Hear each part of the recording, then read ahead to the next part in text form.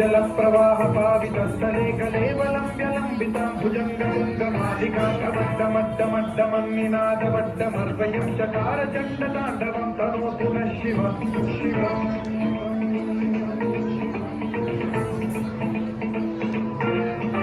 जटाकटाह सम्भ्रम भ्रमन् निलिम्ब निर्झरी विलोलवीचि वल्लरी विराजमानमोधरी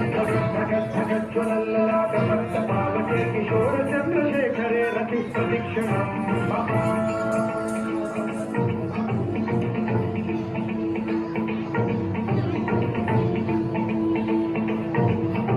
जटाभुजंग पिंगल स्फुरस्वरामणि प्रभा कदंब कुंकुमद्रव प्रलिप्त दिग्वधूमुखे मदान्त सिन्धुरस्फुरस्वपुत्तरीय मेधुरे मनोविनोदमद्भुतं बिभर्तु भूतभर्तरी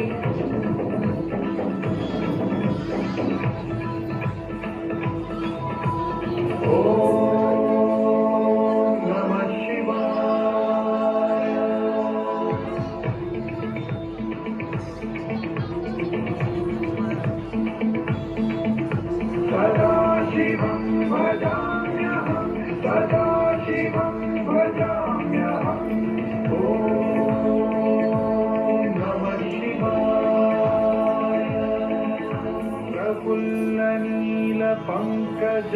प्रपंच कालिम प्रभावलंबि कंठ कंदली रुचि प्रबद्ध कंधरं स्मरच्छिदं पुरच्छिदं भवच्छिदं मथच्छिदं गजच्छिदं धगच्छिदं तमन्तकच्छिदं भजे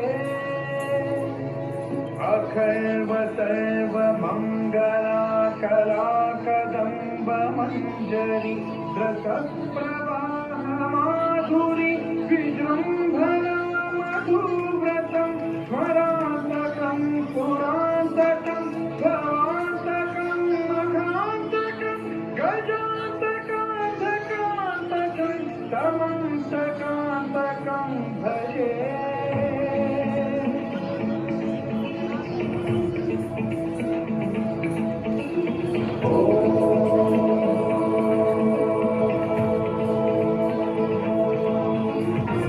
नित्यमेव मुक्तमुत्तमोत्तमोत्तमत्पथन्वरं ब्रुवन्नरो विशुद्धिमेति सन्ततं हरे गुरौ सुभक्तिमाशु यापि नान्यथा गतिं विमोहनं हि देहिनां तु शङ्करस्य चिन्ता